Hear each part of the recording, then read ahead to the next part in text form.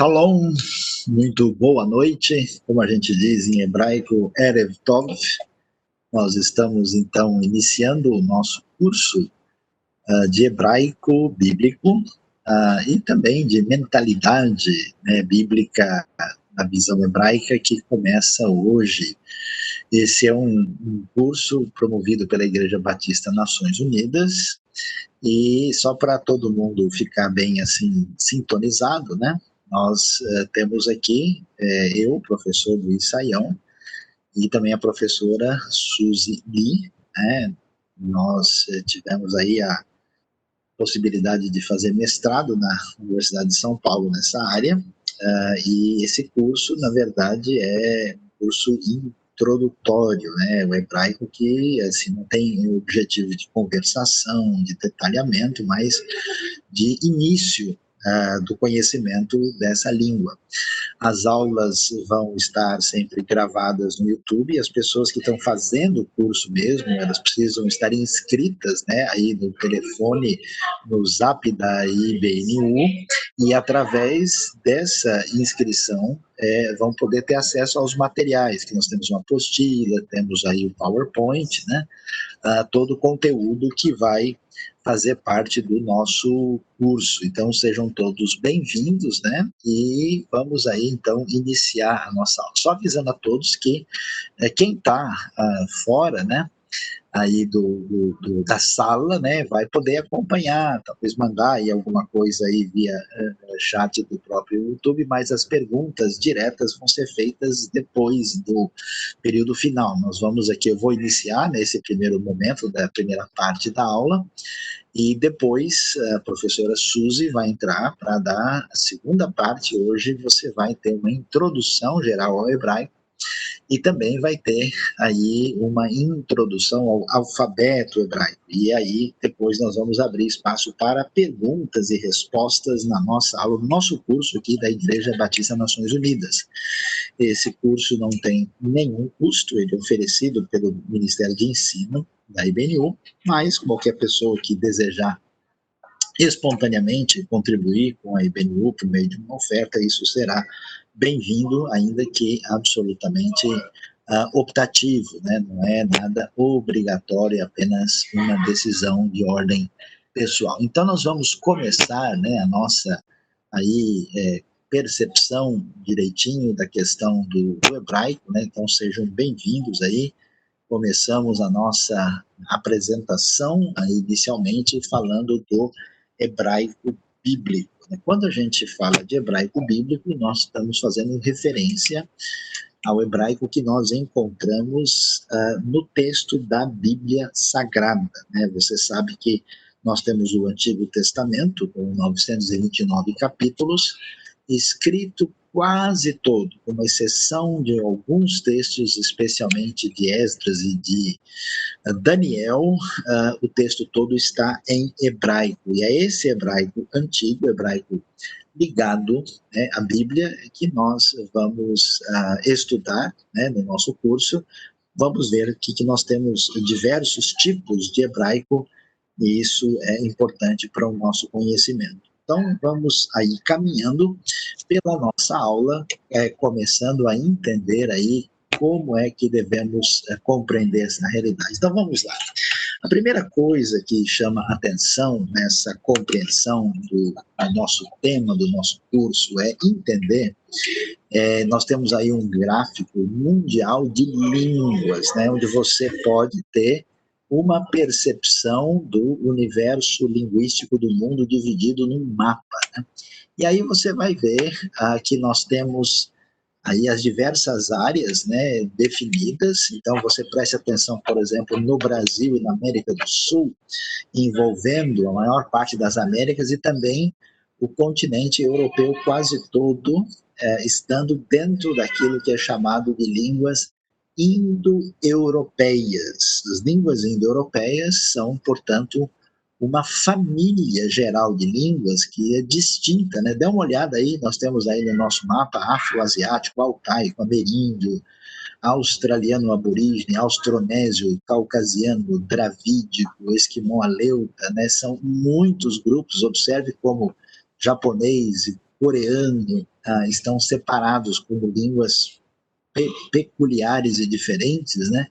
E a maior parte do mapa está com a presença indo-europeia. Por que isso é importante? Porque as línguas indo-europeias, que nós conhecemos principalmente as línguas latinas e germânicas, né, como o caso do latino, nós temos aí o português, o espanhol, o francês, o italiano, que são conhecidos, e germânico, alemão, inglês, holandês, né?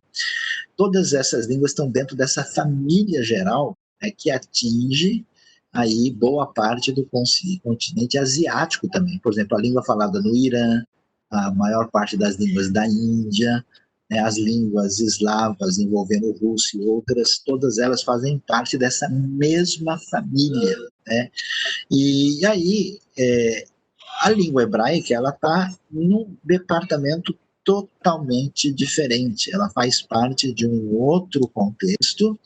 Você vai observar o mapa do Oriente Médio, nós temos uma família geral linguística que é chamado de afroasiática, né? A língua afroasiática quer dizer que o hebraico está dentro desse contexto. Isso significa o quê? Uma língua não tem somente palavras diferentes ou fonemas diferentes ou verbos distintos, ela tem toda uma visão de mundo, uma organização, uma lógica, um jeito de ser completamente distinto. Então, quando a gente pensa em estudar hebraico, quer dizer que nós vamos, assim, para uma outra realidade cultural, outra perspectiva, outra visão, né, de um mundo completamente distinto do chamado mundo indo-europeu, né? E no caso a gente que fala português, as nossas influências principais, né, são influência, digamos assim, latina e grega, né, na construção da nossa história.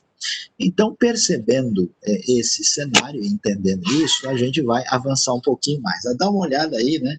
Interessante, né? Os grandes linguistas do passado, eles, especialmente a partir do século XVIII, XIX, assim, se puseram a tentar estudar as línguas do mundo todo, né? Inclusive chamados gramáticos comparativistas, principalmente no contexto assim alemão, né? Eles tentaram aí fazer um levantamento e conseguiram classificar mais ou menos 3.500 línguas, né? E nessa época, no século XIX, eles fizeram muito, né?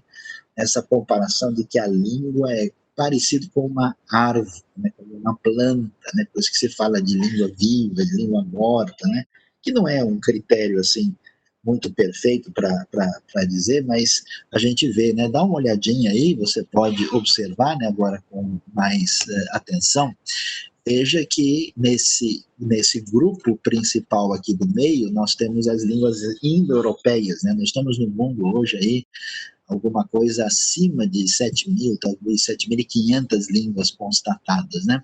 E aí, tá vendo? Esse grupo indo-europeu tem aqui mais de 2.700 línguas distintas. E aí tem um grupo afroasiático, né? Que é esse grupo menor, com 359 línguas, tá vendo? Nesse grupo você tem uma divisão de outras línguas que aparecem ali, né? Você tem um grupo chamado Chádico, né? Tem outro chamado Cuxita, Berber, né? Que é falado do Marrocos, o Chádico no centro-norte da África. Esse grupo cuxítico é mais na região onde está a Etiópia, né? Aquela área ali. E no grupo semita, né? Você tem aí, né? O amárico, né? Que é a língua falada especificamente na Etiópia, né? O hebraico com alguns variantes e o árabe, né, aí com o número de pessoas falando. Desculpa, esses números 2.722 é a quantidade de pessoas falando, 2 bilhões e 722 milhões e semíticos, aí você tem um cálculo de mais ou menos quantas pessoas estão falando. Nós temos mais ou menos uns 14 milhões de judeus no mundo, mas nem todo mundo fala hebraico, né? Hebraico não é uma língua assim de fluência para todo mundo, e o gráfico também assim, não está totalmente atualizado. Então você tem aí uma maneira de entender, né, esse cenário de classificação linguística. Agora veja lá, Entendendo isso, a gente vai descobrir que o hebraico deve ser classificado num grupo que faz parte dessa grande família afroasiática, que não tem nada a ver com as línguas da Europa, e que ele faz parte de um grupo de línguas chamadas semíticas, tá vendo? Quando a gente vai cada vez mais para trás, a gente descobre na história que você vai chegando a uma língua primeira. Por exemplo, as línguas da Europa, voltando, a gente chega numa língua primeira que é o chamado indo-europeu. O indo-europeu se imagina como uma língua mãe primeira que teria dado origem às outras línguas que se desenvolveram no eixo ali de grande parte da Ásia Central ali, na Índia e na Europa. E nas línguas semíticas, o que a gente vai ter? A gente tem há muito, muito tempo atrás aquilo que foi apresentado como proto-semítico. Proto-semítico significa que temos um registro mais assim, se imagina, numa reconstrução que a gente tem uma língua primeira lá atrás, né? E aí as diversas línguas semíticas, elas acabam sendo divididas do jeito que você pode ver. Olha lá, você tem o ramo semítico oriental, semítico ocidental e semítico, digamos assim, do centro, né, que se divide aí em grupos um pouquinho distintos. Então, olha que coisa interessante. Nas chamadas línguas semíticas mais, assim, da parte leste do Oriente Médio, a oriental, você tem o antigo acadiano. Olha, acadiano é uma língua muito importante que foi estudada não faz tanto tempo assim, descoberta na antiga região ali da Mesopotâmia, e que ajudou muito no estudo do hebraico bíblico, porque tinha aí, vamos dizer, coisas semelhantes, parecidas, né? Aí você tem o heblaíta, que é uma outra língua semítica ocidental também, oriental também, né? Que faz parte desse contexto. E a partir do acadiano, você tem o desenvolvimento daquilo que foi depois o assírio-babilônico. Né? Então aí você tem esse lado dessas línguas, né?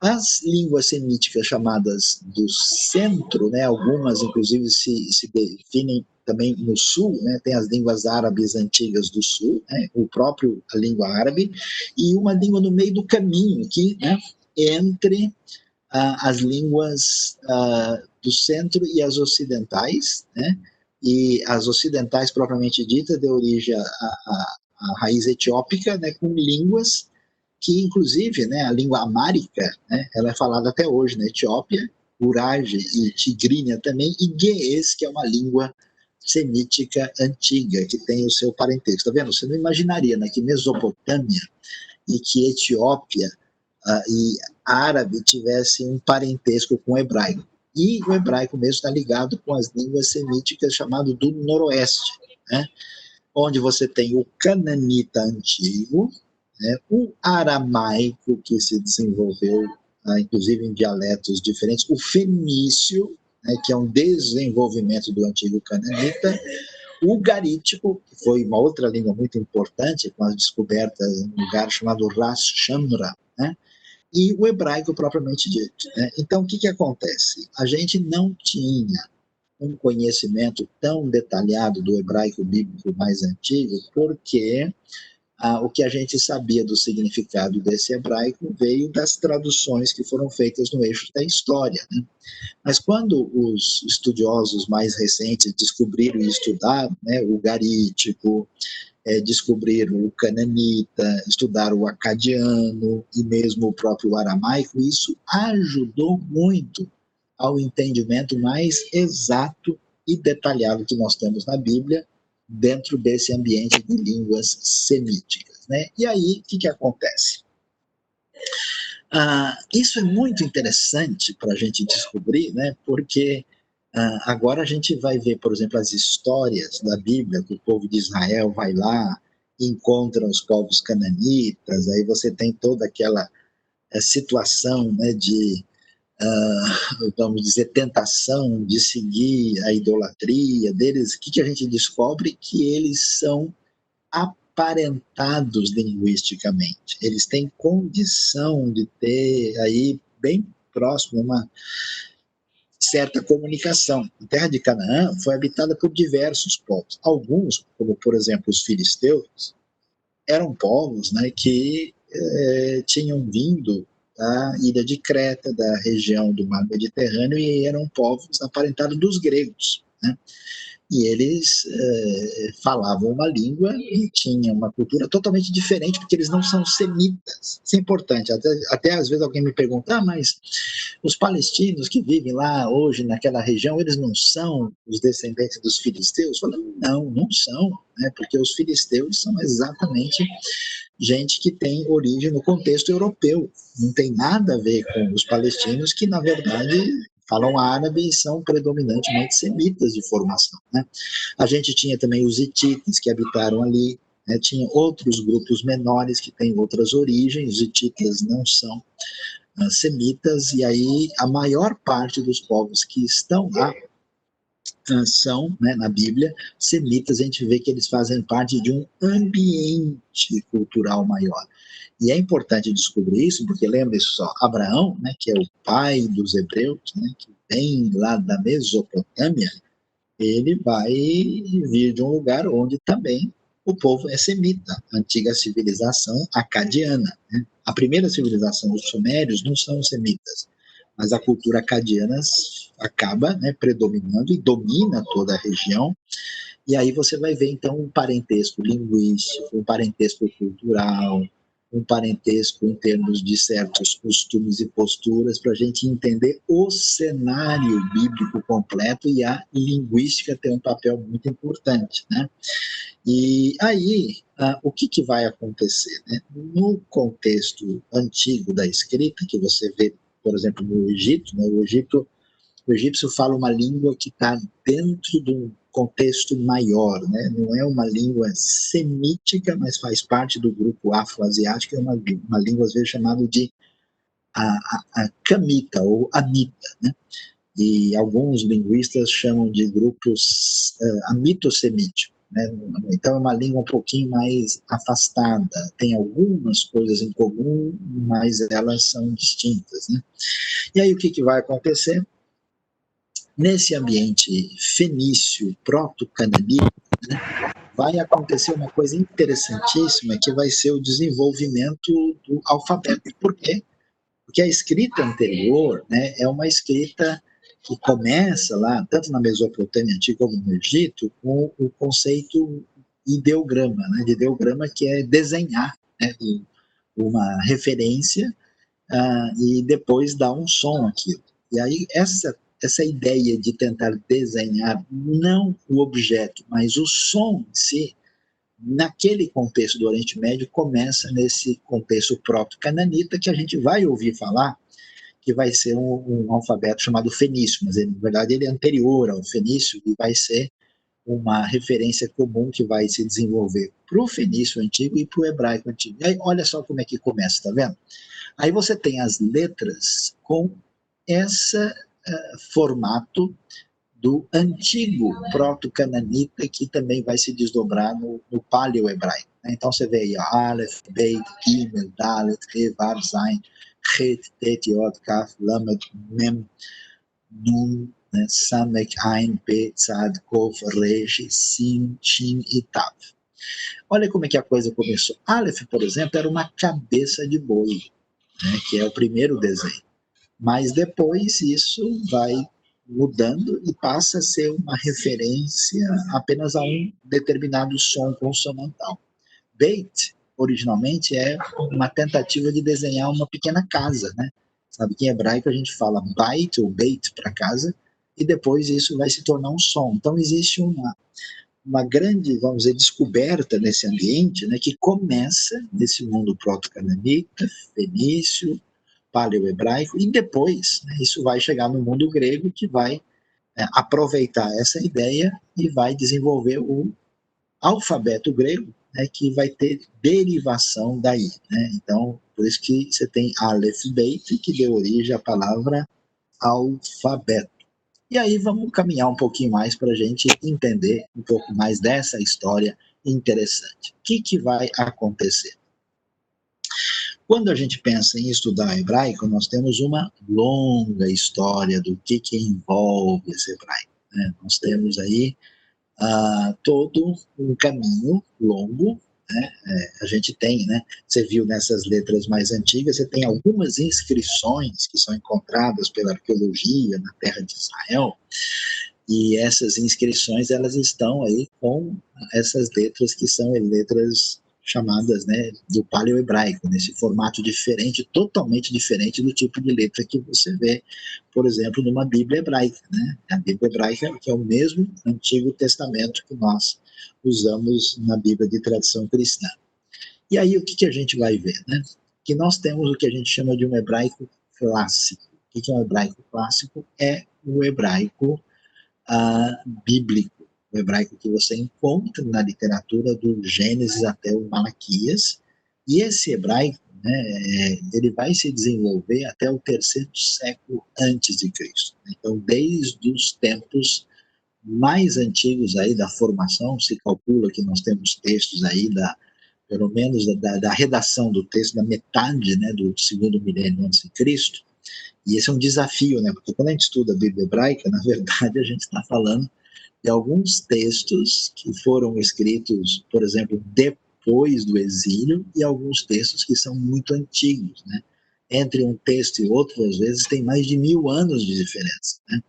E o hebraico é a língua que vai ser a referência do povo, né? Originalmente chamado hebreu, depois povo de Israel, e depois vai se configurar conhecido como povo judeu. O que vai acontecer?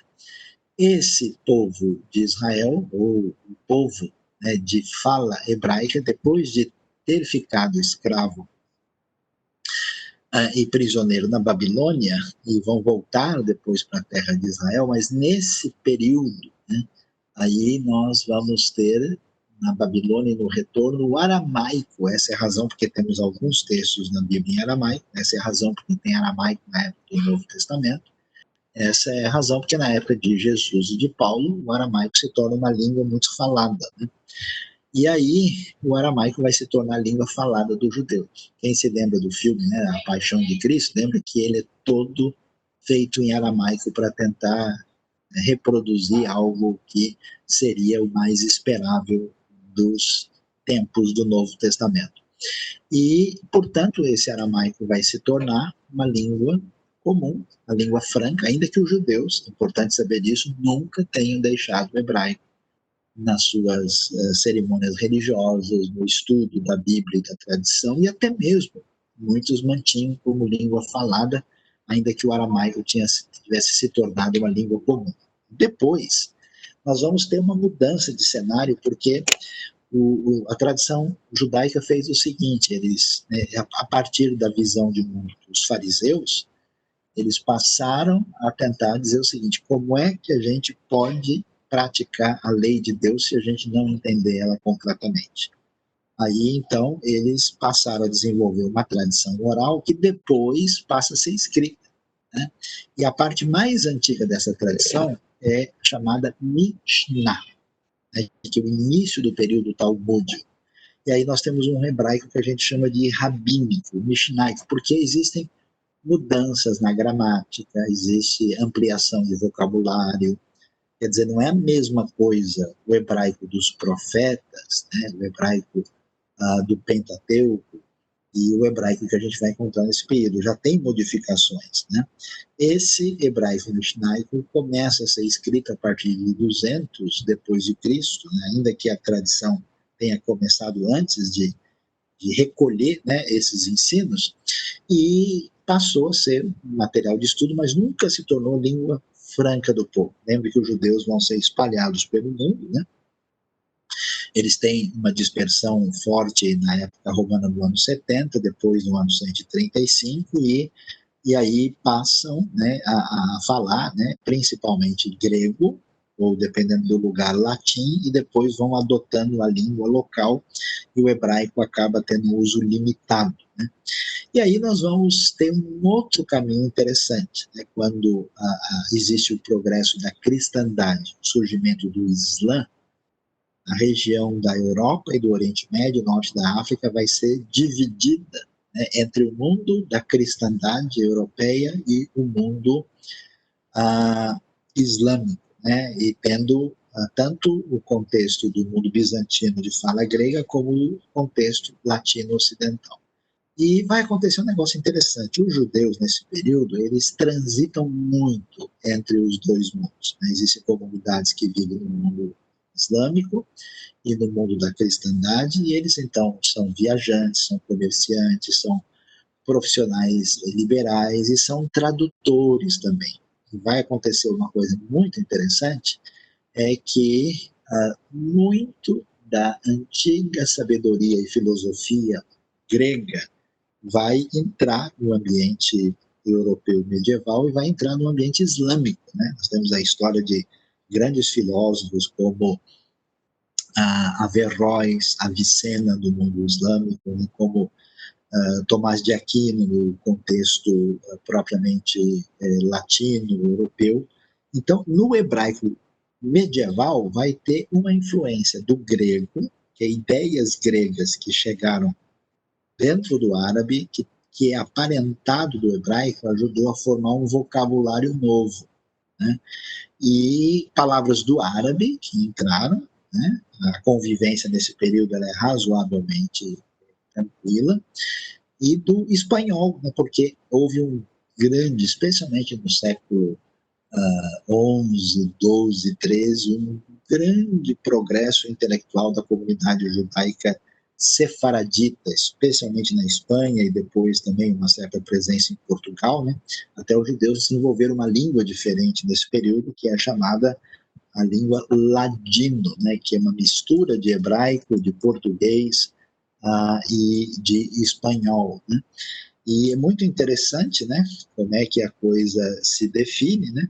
Nesse cenário, porque existe um outro perfil. E aí chega o hebraico moderno. O hebraico moderno que é principalmente o resultado dos esforços de um homem chamado Ben Yehuda, né, que ele renasce. Aí existe um movimento nessa direção no final do século XIX, no começo do século XX, ele é retomado, Ben Yehuda, ele cria o filho dele falando hebraico, né, então houve todo um estudo, uma adaptação para formar, a partir principalmente da Bíblia, eu diria que é 70% a partir da Bíblia, o hebraico moderno. E quando surge novamente, né, a nação de Israel, os judeus começam a imigrar em grande parte para a terra de Israel, o hebraico se torna a língua franca do povo judeu. Então, o hebraico moderno, né, ele tem uma quantidade gigantesca de palavras. Tem aí questão de hoje de centenas de milhares de palavras. O hebraico bíblico era uma coisa assim, um pouco mais de 8.000 palavras principais. O mishnaico talvez chegasse a 15.000, né? Ampliou-se o hebraico moderno para falar universidade, computador, televisão, chip, né? Uma série de coisas que fazem parte da realidade, e você tem então todo um desenvolvimento. A gente vai indicar para vocês um livro interessante, uma pequena história da língua hebraica, e no curso os interessados vão poder aí saber e descobrir, né? Então, fica claro para a gente que a língua hebraica é uma língua semítica. Isso você não pode esquecer jamais. E que ela é muito distinta das línguas indo-europeias, né? Por isso que nós estamos falando da mentalidade bíblica que vamos aprender nesse curso, que tem uma visão de mundo diferente. É uma língua semita ocidental, né, mais próxima, assim, digamos, daquelas línguas que nós conhecemos ali, das que são assim mais relevantes na pesquisa do mundo antigo, ela é mais próxima do ugarítico e do acadiano, e são frequentemente comparadas para o estudo bíblico aprofundado, né? E aí você vai ter uma vista geral agora do alfabeto hebraico chamado quadrático, né? Esse alfabeto que é utilizado numa Bíblia hebraica impressa, que é usado hoje em Israel, que é, vamos dizer, o alfabeto oficial. Existe um outro alfabeto que a gente chama de cursivo, né? que a gente poderia chamar assim de letra de mão, né? E não é o nosso objetivo nesse curso, porque nós não estamos fazendo um curso de hebraico moderno, dar detalhes sobre isso, mas a gente já avisa, porque de repente você vai olhar e falar, alguém me mostrou um negocinho hebraico aqui, e essa letra aqui eu não conheço, né? Então, você pode ter uma ideia das letras do alfabeto hebraico, as chamadas 22 consoantes, que nos dão aí a condição de ter um entendimento aí fundamental e básico, né, daquilo que está aí. Bom, essa introdução é importante, é fundamental, e agora a gente vai interromper, né, a nossa continuação aqui nesse sentido, porque com essa introdução histórica, com essa introdução geral, né, a gente termina essa primeira parte e agora nós vamos dar continuidade tendo a possibilidade com a vinda agora da professora Suzy Lee, que vai continuar e vai começar a nossa alfabetização em hebraico. Então, boa noite, Boa professora Suzy. noite, boa noite. Antes de começar o nosso hebraico, né, tem uma pergunta aqui, enquanto eu vou colocando o slide, você podia falar sobre o hebraico samaritano, perguntaram aqui. Então, na verdade, o samaritano não é bem um hebraico, né? É exatamente um samaritano, é a língua samaritana, né? O que a gente tem é um Pentateuco samaritano, né? Quer dizer, nas escritas antigas da Bíblia, os samaritanos são um povo que se originou da mistura dos israelitas do Reino do Norte com outros povos, deu origem a uma língua que aos poucos vai se afastando e se separando. A princípio é uma espécie de dialeto do hebraico, até que a gente tem o que a gente chama mesmo de uma língua samaritana muito próxima, né? E aí nós temos um Pentateuco samaritano e essa língua ela é antiga, ela deixou de ser falada. Os samaritanos existem até hoje, né? Eles estão em Israel, moram ali e também estão presentes na área ali da chamada Cisjordânia, mas eles hoje todos falam árabe, né, que é a língua comum, e então a coisa entrou nessa perspectiva aí, né? O Luciano também está perguntando sobre a escrita cuneiforme, mais antiga, tem uma relação com o hebraico? Então, a cuneiforme é uma escrita anterior, né? Ela, quando começa, ela é ideograma, né? Ela de fato quer desenhar, né? Então, você pega os cuneiformes mais antigos do período assim sumério, você vê realmente desenhos que pretendem mostrar o objeto, né?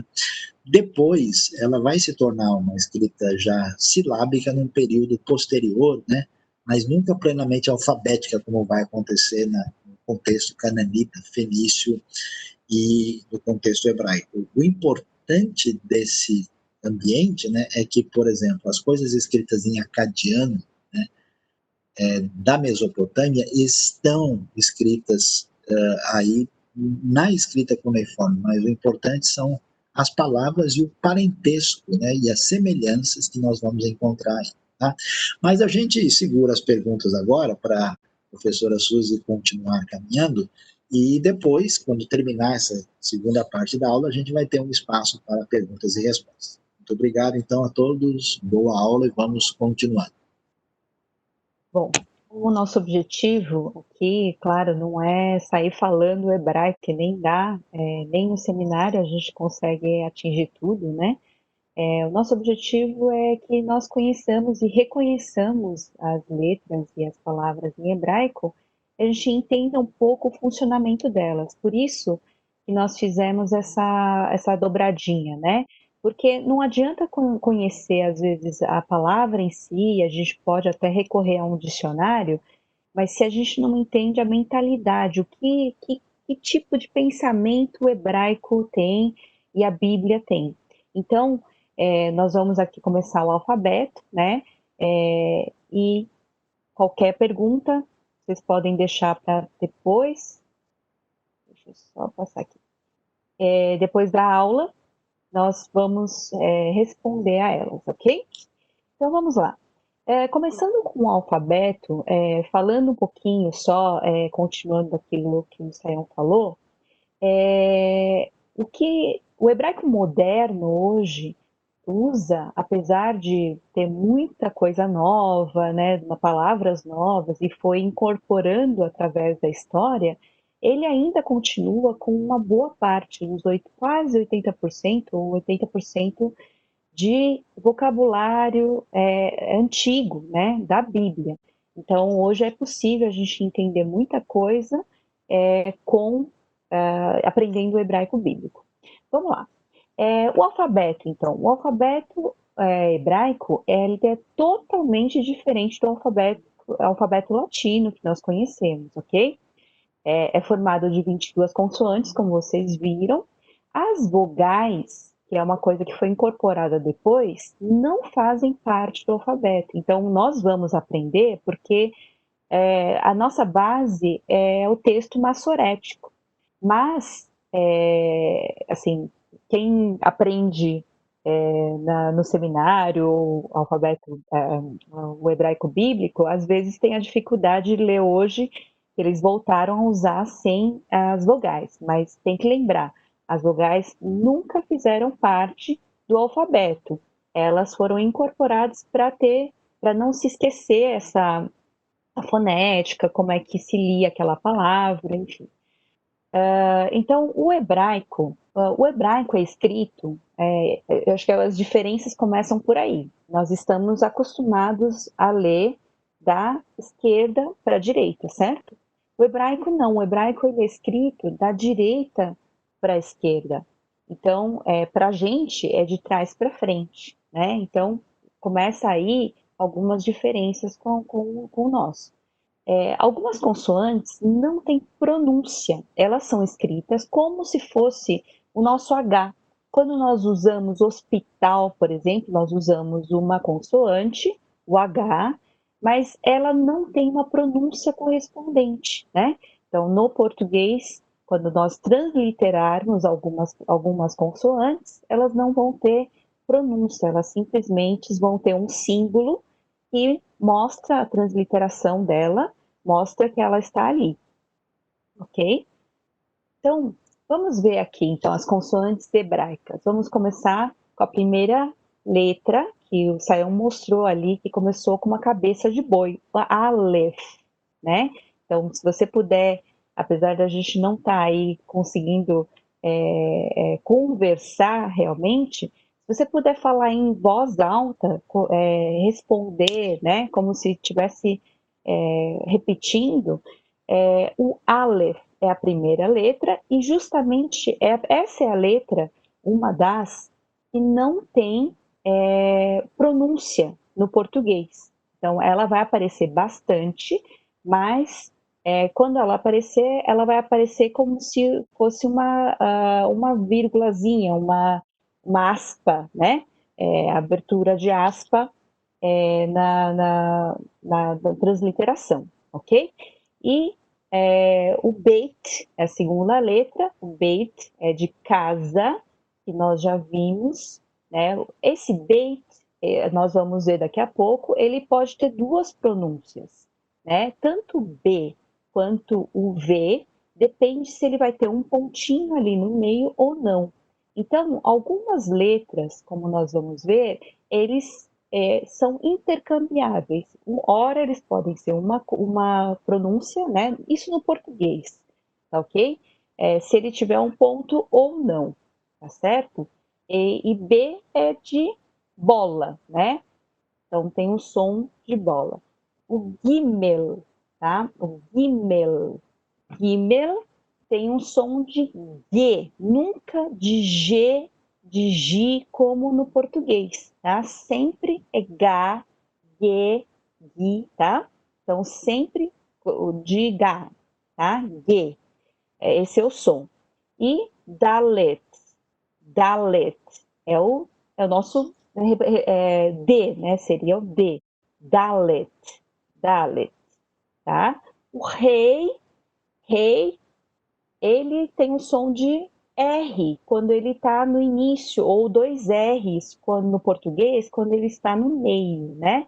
R. Nunca R, nem outras, que nós vamos ver as variações. O rei, tá? Então, é como se fosse o re de rato, tá? Rei, roupa, tá? É o mesmo som, tá? O vav tem o som de V, tá? Como nós temos V, tá? Zain, né? O som de Z, tá? Z, nosso Z igualzinho. E Re, Re, tá? O Re tem o som mais forte, é o R, mas ele vem daqui, é o gutural, tá? Então, Re. Uma coisa interessante é que as línguas, né, o árabe também, o hebraico, eles vão ter muito esse som gutural. Então, o tempo todo, eles estão falando com um som que vem daqui, que arranha, né, na garganta, tá? Então, esse é um deles, ó, Re, tá? Então, Ra, Re, Ri, tá? Então, é esse som que vem da garganta. O T, tá? O T, o som é de T de tatu, tá certo? É o que nós conhecemos. E o Yod. O Yod, ele tem um som é como se fosse o nosso Y, né? É um I rápido, Y, tá? Então, o Yod é esse som, é uma consoante também. O CAF, ele tem ele também é intercambiável. Ele tem o som tanto de K, que é, né, como nós estamos falando, ou tem o som de Ra, Ré, que nem o Ré, tá certo? É o mesmo som gutural que nós falamos, tá? Lamed. Uma coisa diferente que geralmente só o português tem é quando o L tem o som de U. Então, o L, quando ele vem no meio, ele vem com som de U, né? Então, faculdade, tá certo? A gente coloca um como se fosse mais um U. O L, o lamed, assim como a maioria dos estrangeiros, não tem esse som de U, só lá, lé, li, tá? Esse som de L mesmo, lamed, tá? Onde ele tiver. Então, Talmud, tá certo? Então, é o que acontece também com mem, por exemplo. O mem, nós, no português, nós colocamos, por exemplo, armazém. No final, ele aparece com um som diferente, um som meio nasal, né? E o mem nunca vai ter esse som.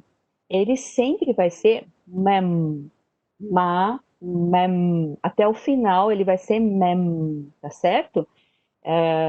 Agora o nun também é a mesma coisa, nunca vai ter nasal também. Então, no português, armazéns, né, nós colocamos também um som meio nasal.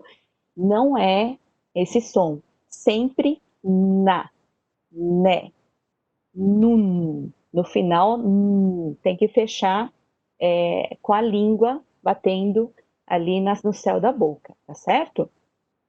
Samek, tá certo? Samek é o som de S, é o nosso som de de sapo, tá? Saudade, né?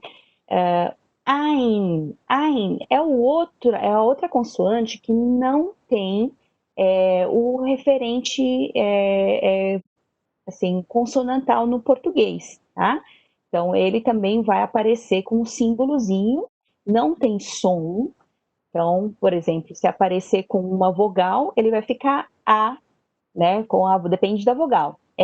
Tá certo? O som não existe, mas a consoante está ali e é muito importante. Aliás, tem palavras que diferenciam o Aleph do Ain, já são palavras completamente diferentes, tá? A escrita só muda o Aleph ou o Ain.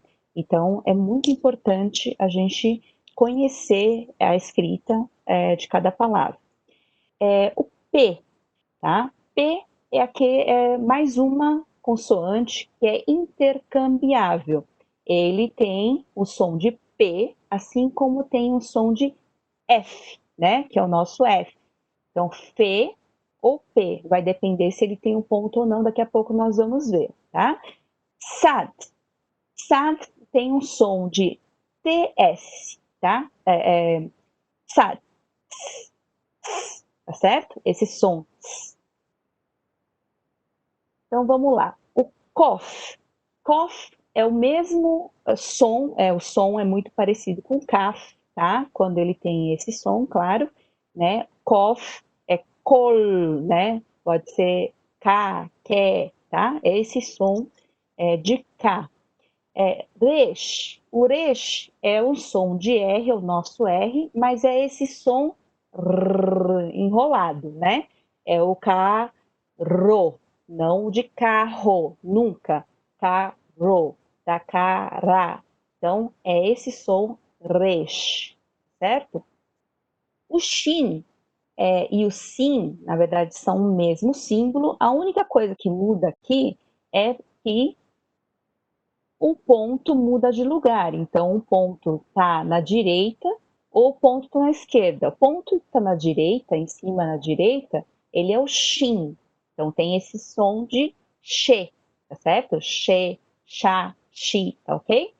E o som, quando o ponto está à esquerda, ele aparece como um S, tá? É o mesmo do samek, tá? Então fica sa, se, si, só, su, a mesma coisa, tá certo? E o tav. Então, tav é um som de T normalmente, ok? Então vamos lá. O que nós temos também de diferente aqui no hebraico? No hebraico não são todas as letras, mas temos algumas letras que são diferentes no uso comum. Então, se ela aparecer no começo da palavra, se ela aparecer no meio da palavra, ela vai ser essa aqui, essa primeira. Mas, se ela aparecer no final da palavra, ela muda de forma. Então, uma das coisas é porque, por exemplo, a escrita hebraica antiga, ela não tinha, às vezes, nem divisão entre as palavras. O que tinha? Como é que eu poderia saber onde começava uma coisa e onde terminava outra coisa? Então, eu tinha que usar uma forma diferente da mesma letra.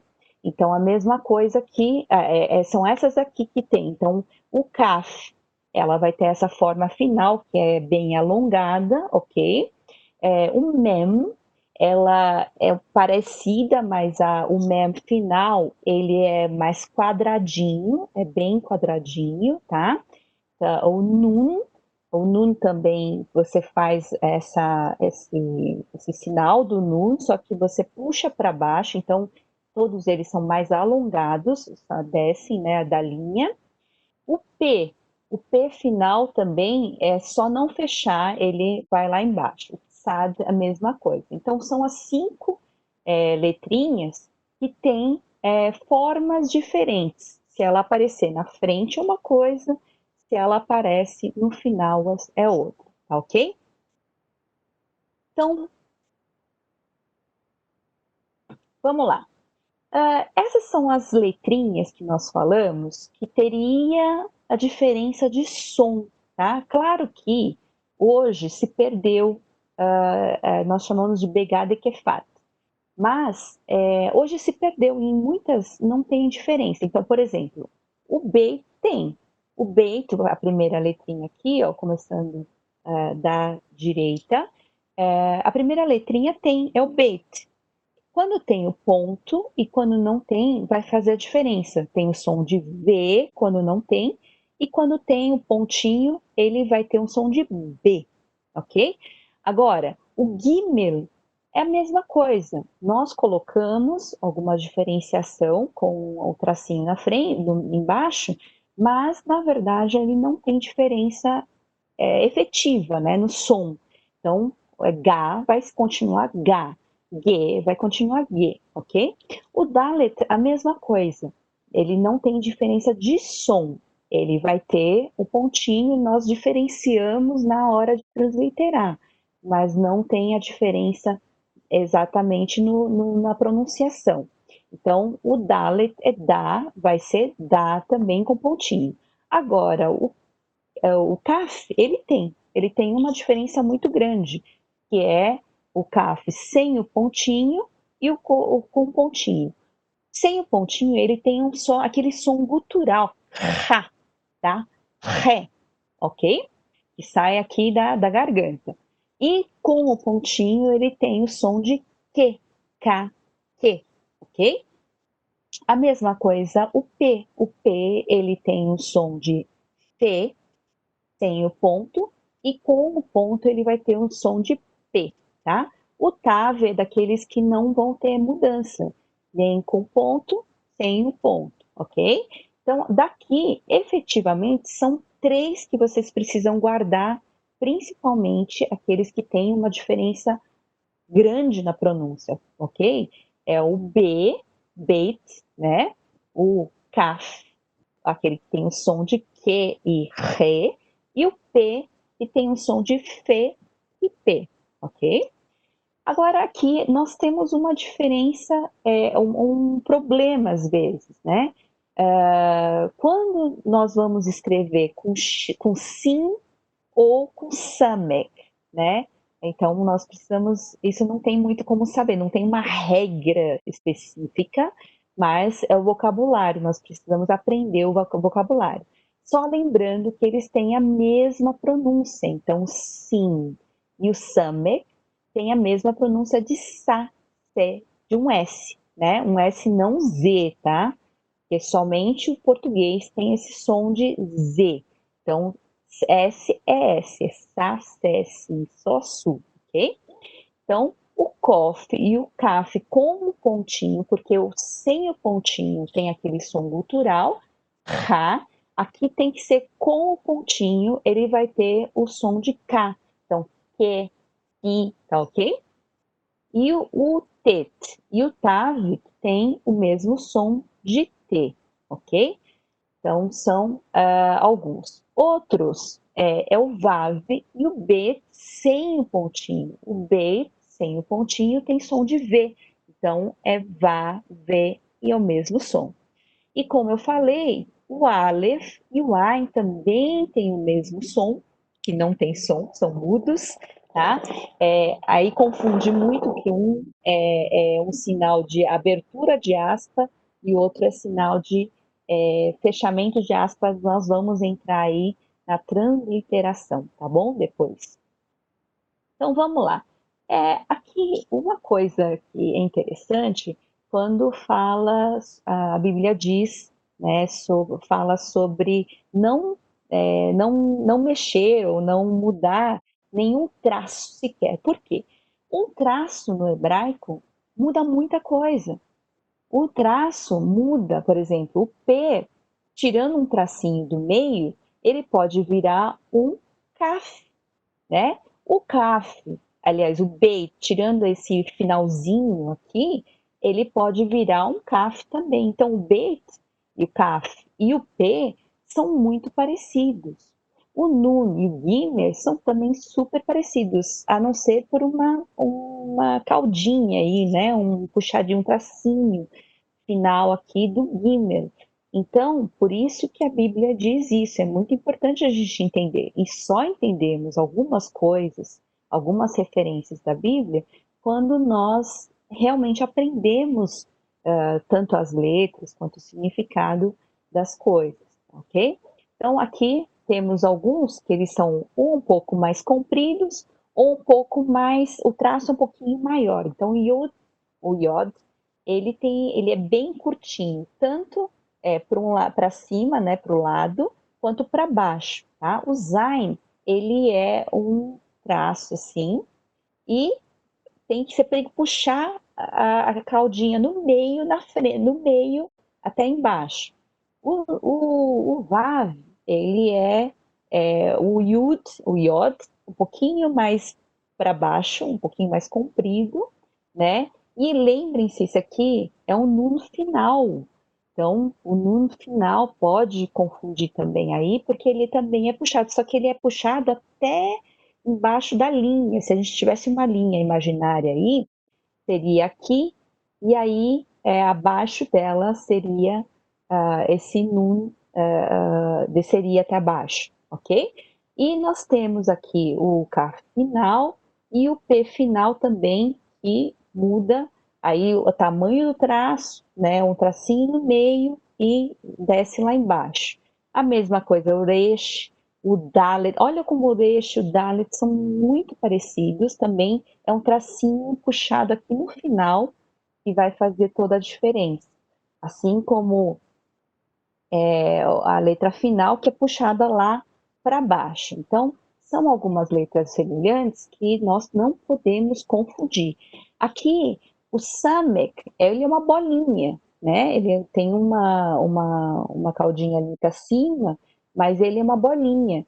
E um pouquinho mais quadriculado, um pouquinho embaixo, pelo menos, é o Mem, né? O Mem comum.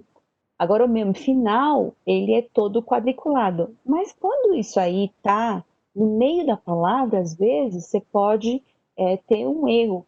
Por isso, às vezes, a gente pode entender as diferenças de uma pessoa que está copiando. Lembra? A pessoa copiava. Então, tinha os copistas, né? Os manuscritos eram escritos pelas pessoas ali.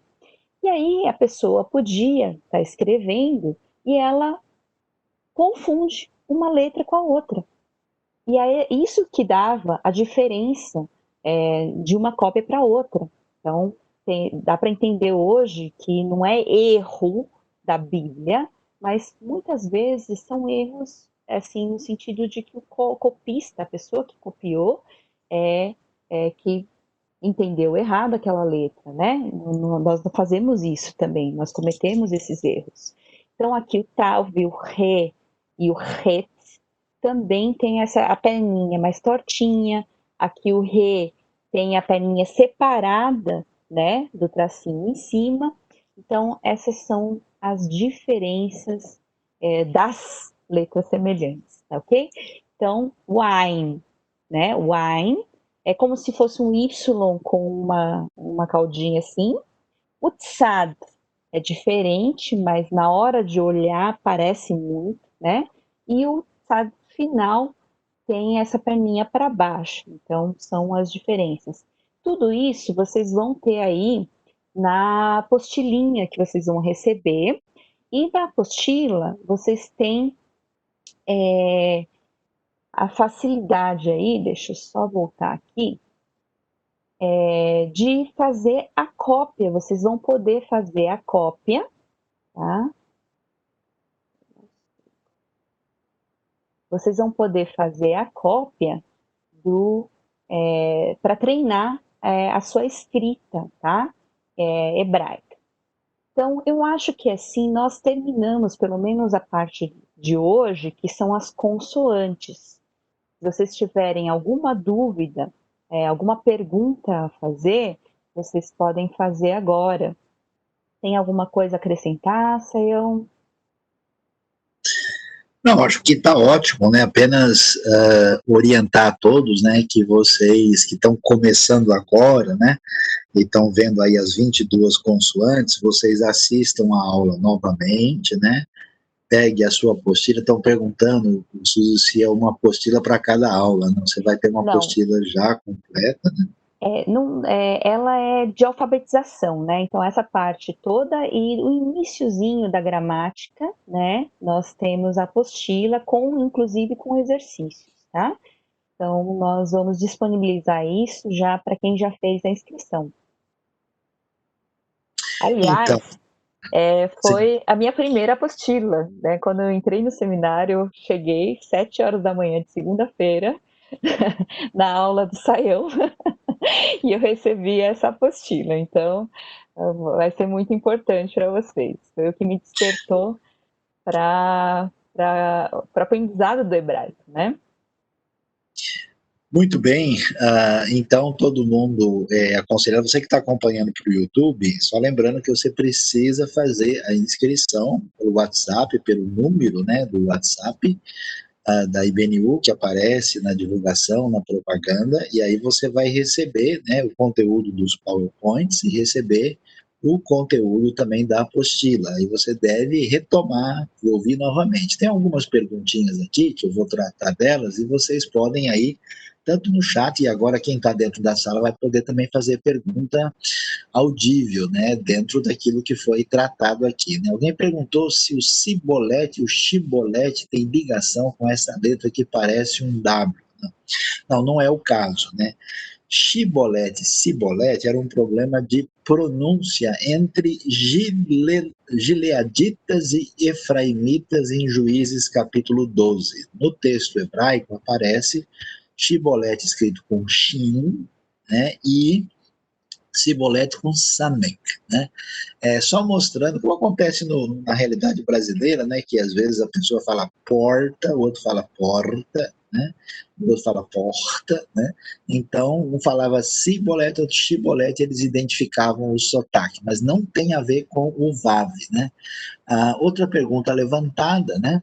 E também voltando à pergunta lá do hebraico samaritano, talvez isso é mais usado com relação aos samaritanos hoje que vão ler, né, o texto do Pentateuco, que é um texto de base hebraica e eles leem com uma pronúncia diferente. Né? Na verdade, a língua samaritana que se desenvolveu depois é mais próxima do aramaico e os samaritanos de hoje falam árabe. Né? Alguém falou das tabuletas de Al-Yahudo, Douglas aqui, que no século 6 e 5, esse acadiano da Babilônia, ele é cuneiforme, mas é alfabético. Então vamos lá, essas tabuletas ali, Arrudo, são recentes, né, descobertas lá na região da Mesopotâmia, até por causa da instabilidade da região, e que falam um pouco da vida dos judeus na Babilônia, no período que eles estavam lá, né, na época do exílio. Então, elas estão em acadiano, mas acadiano nesse período já não é mais um acadiano que usa, né, uma escrita cuneiforme do perfil de ideograma. Né? Ela é silábica alfabética, né? Já está num perfil diferente, né? E aí, então, dá para responder essas perguntas. Todas as aulas vão ficar aqui, sim, né? Bom, agora as perguntas, né, mais assim, ligado ao alfabeto, né, a Suzy, como está coordenando isso, Suzy, tem aqui alguém, quando eu for treinar a escrita, o desenho da letra precisa ser igual, então você vai ajudar com a questão da cópia das letras aí.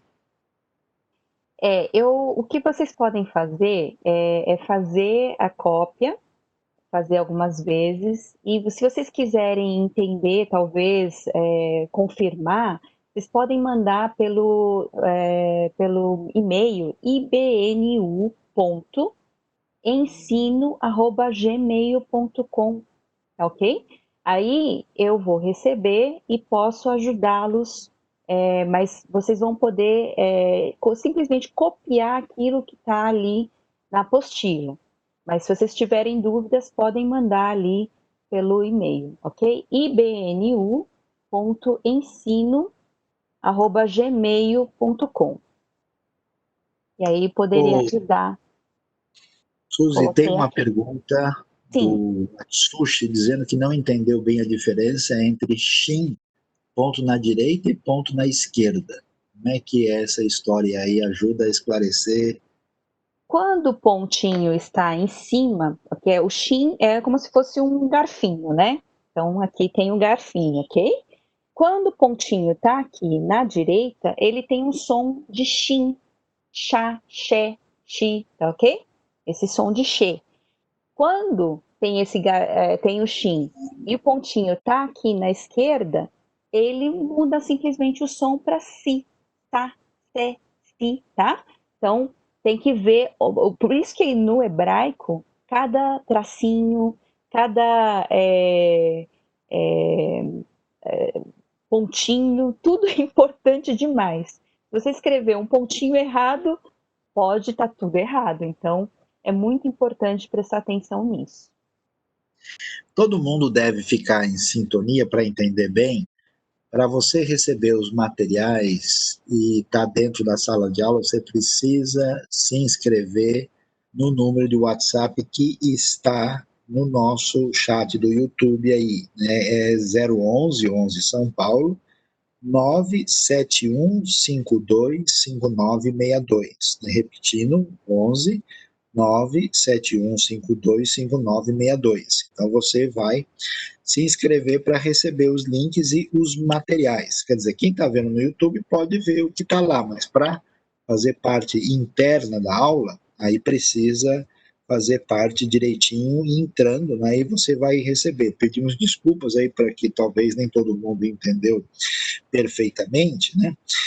Mas, Suzy, tem outra pergunta aqui, né, que o pessoal está fazendo.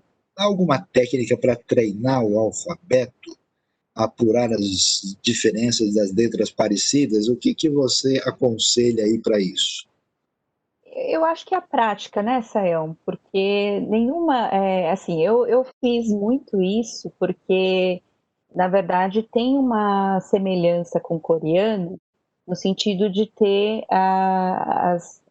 os desenhos, vamos dizer assim, as consoantes e as vogais, Você mas fala coreano também? eu falo Opa, coreano, escrevo. Então, para mim, eu entendi isso, que eu precisava decorar, memorizar cada letra para poder fazer. Então, depois é fácil, porque a gente junta uma consoante, no caso a vogal que nós vamos aprender, né? E nós conseguimos trabalhar isso. Então, daqui a pouco a gente está lendo.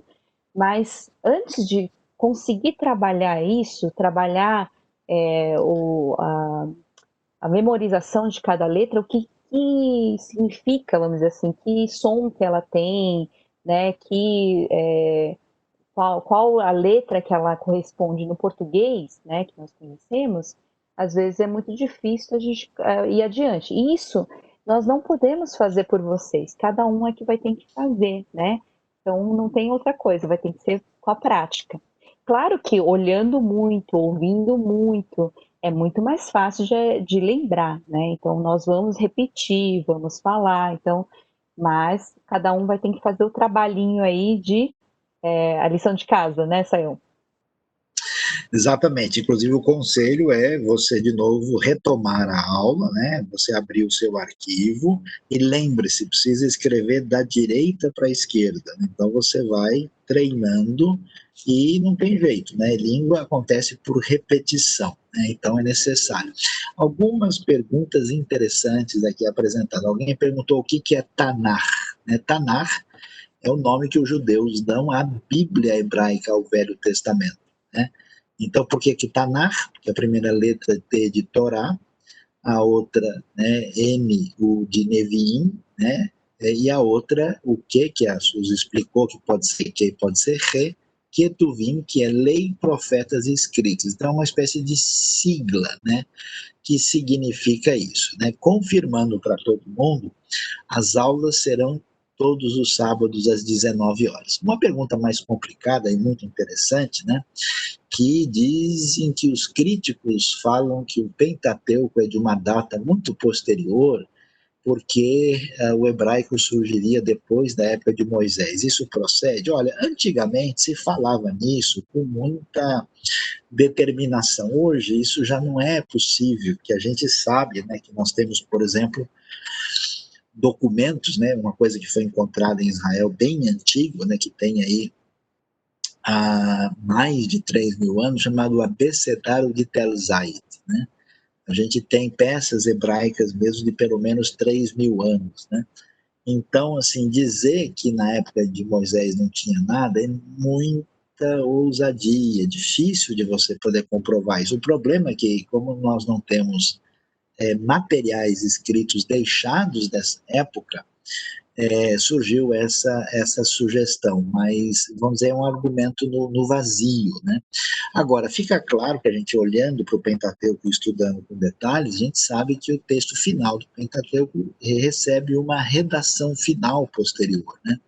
Não significa que Moisés não existiu, que a coisa não tem origem mosaica, mas que a organização final do material é posterior, né? E aí depois, com o tempo, a gente acaba entrando aí, né, em alguma dessas questões mais assim complicadas. Seria correto considerar Maimônides o principal expoente do hebraico do período medieval? Olha, ele é o mais expoente do ponto de vista da filosofia do pensamento judaico. Do ponto de vista linguístico, aí pode ser que é um dos mais importantes, mas não dá para, assim, desconsiderar todos os outros que tiveram importância semelhante, né?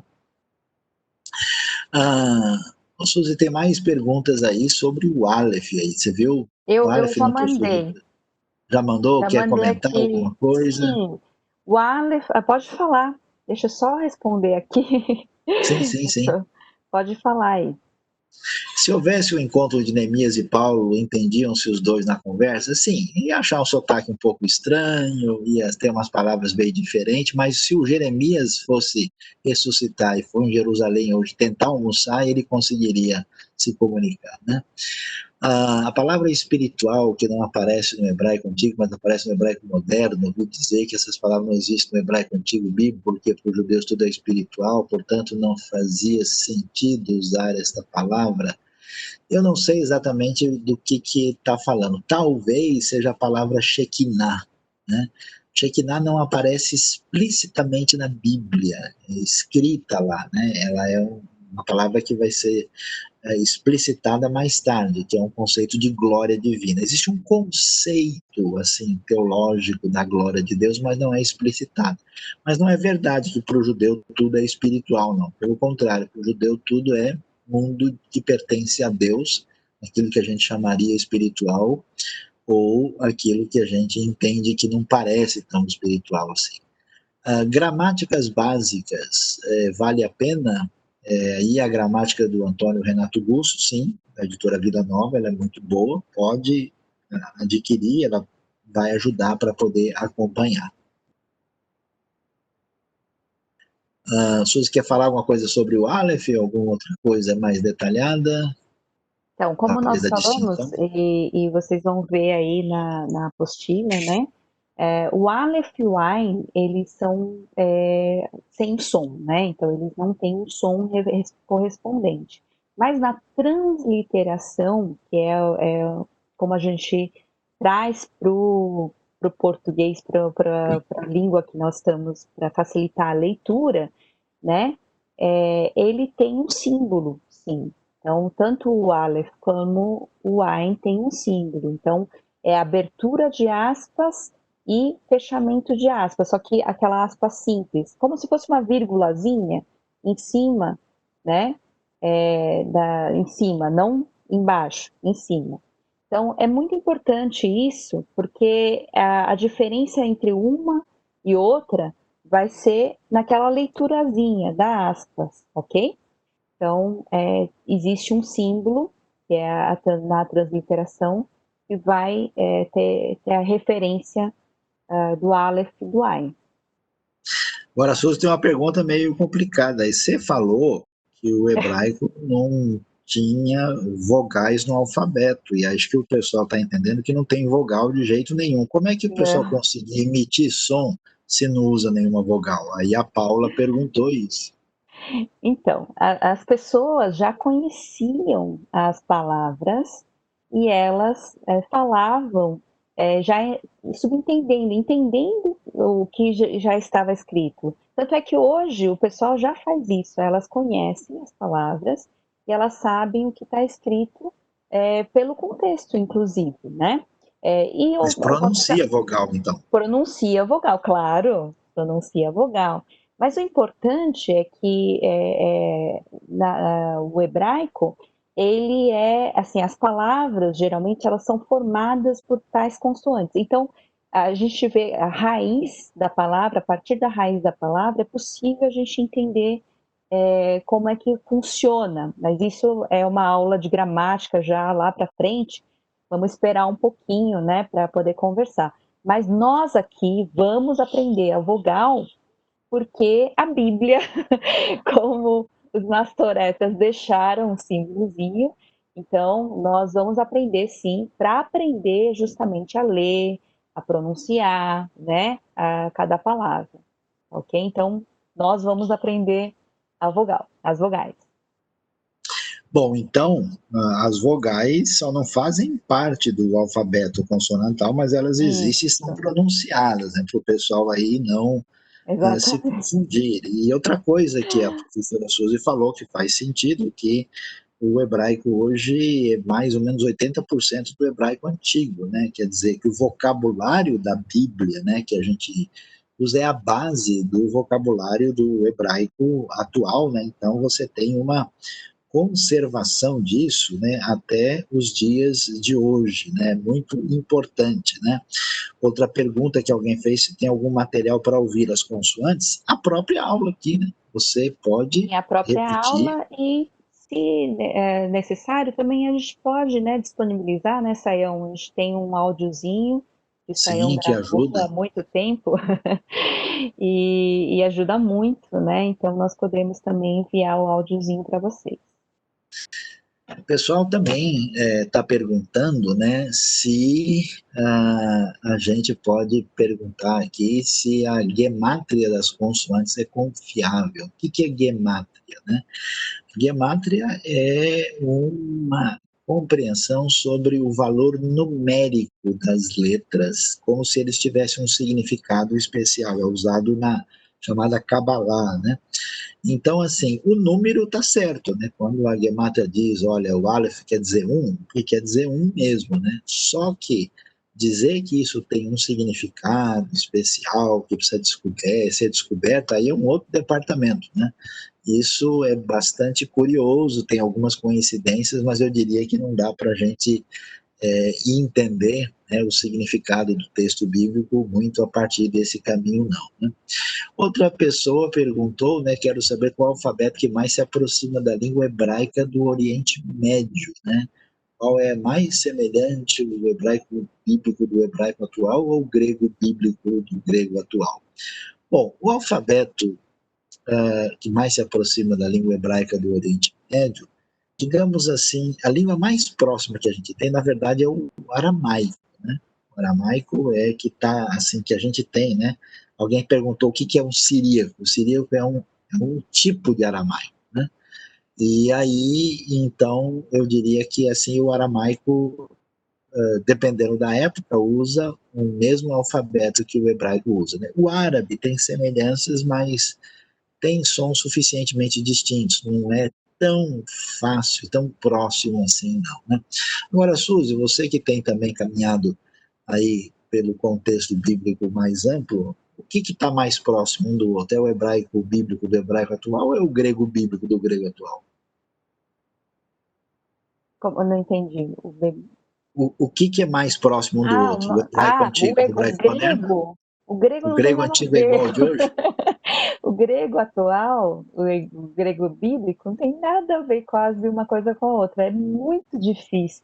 Você consegue até ler, porque é muito fácil para nós, falantes do português, aprendermos o grego, no sentido de leitura, enfim. Até porque nós, na escola, aprendemos muitas coisas com as letras gregas. Então, a dificuldade do hebraico é aprender as letras, aprender, mas assim, a gramática é razoavelmente simples. E o hebraico é interessante, que nós tivemos aula, eu tive aula de hebraico moderno também, um pouquinho, mas o pessoal que aprendia hebraico bíblico aprendia de um jeito tão vivo que eles saíam na rua falando como se fosse hebraico moderno. Era muito interessante. Mas, apesar de ser o bíblico, algumas coisas se entendiam. Era mais rebuscado, né? Mas algumas coisas se entendiam. Então, é um negócio muito interessante. Dá para se entender muito do hebraico bíblico, para quem aprende o moderno, e para quem aprende o bíblico, é possível entender o hebraico moderno. O pessoal pergunta se existe ditongo no hebraico. Vamos chegar lá, né, com as vogais. Tem uma Calma. coisa meio próxima de ditongo, mas não é exatamente como é em português, né? Agora, uma pergunta interessantíssima, né?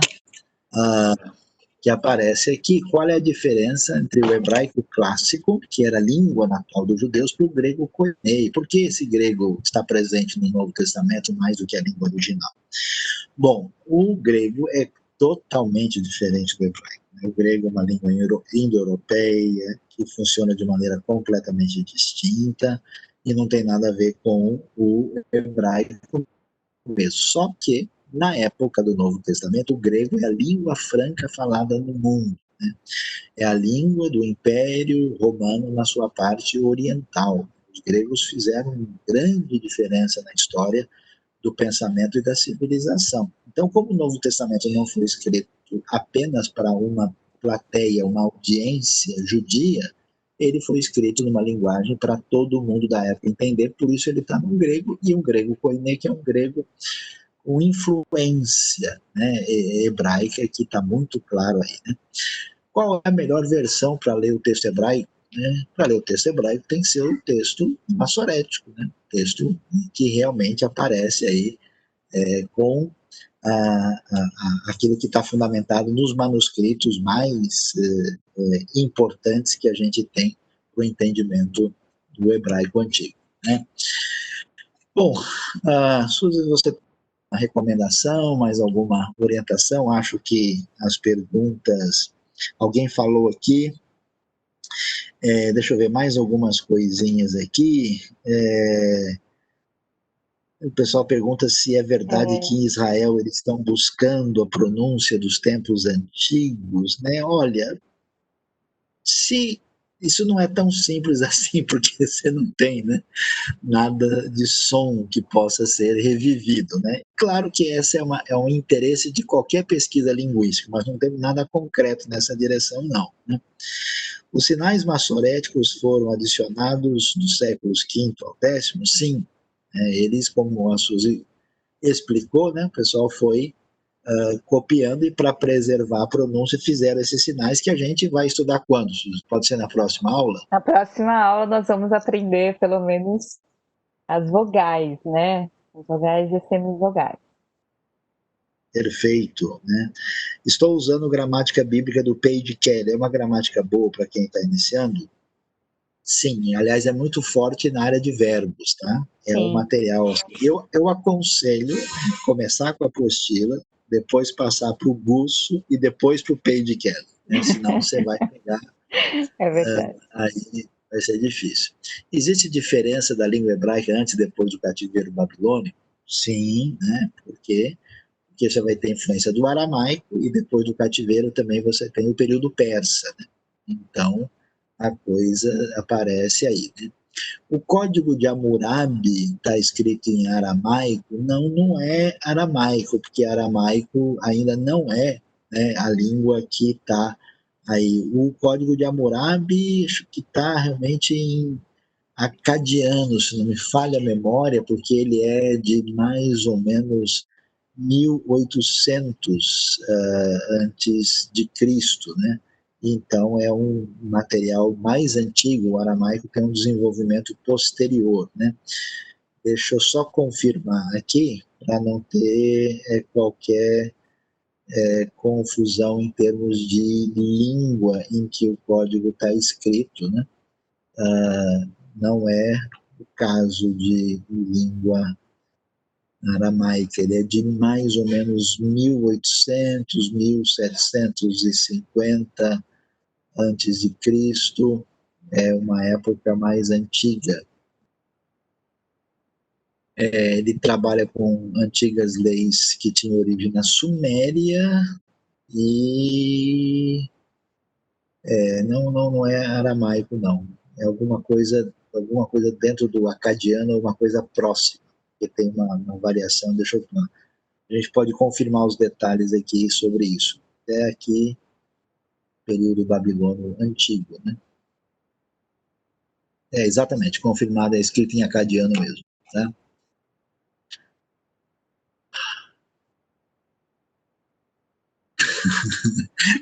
Calo e refiro serão explanados aqui, o pastor encontraremos dificuldade para aprender. A gente vai mais para frente, Juliano, pode aguardar aí que a gente vai chegar lá, tá? Quem se inscreveu já vai receber a apostila, não é isso? Já Isso. vai receber, porque a apostila, inclusive, tem exercício, tem coisa para fazer que a gente vai ter, né? E vocês aguardem as orientações, tá bom? Então, muito obrigado, né? Como a gente diz em hebraico, como é que é muito obrigado mesmo, Suzy? Toda Arabá. Toda Arabá Lekulam, né? Shabbat Shalom, né? Aí Shabbat no Shalom. final do nosso. Obrigado a todos e continue em sintonia. Lembrando que amanhã, né, às 10 horas da manhã, nós temos a nossa celebração IBNU. Quem quiser participar está convidado. E que temos os 2 cursos aos domingos, às 4 da tarde, Teologia da Missão, com o professor Jefferson Chagas, que é doutor, né, PhD no assunto, um grande especialista que viveu no ambiente de língua mandarim, no ambiente de língua árabe, né? E também às 7 da noite, o Israel Sayão, né? Israel Sayão é meu Texto filho. histórico do Novo Testamento. Isso, e ele Eu vai já dar dei uma uma aula especial. olhadinha no material, tá muito Tá, bom. Os dois estão Esse, muito bom. excelente. Tá bom? Muito obrigado, então. Aí a gente diz Laila Tov, o pessoal tá certo. Boa noite aí, muito obrigado, né? Laila Shavua Tov. Tov, começando a semana, né? Obrigado a todos. Muito Deus boa noite. abençoe. Deus Shalom. abençoe. Até a próxima aula no sábado que vem.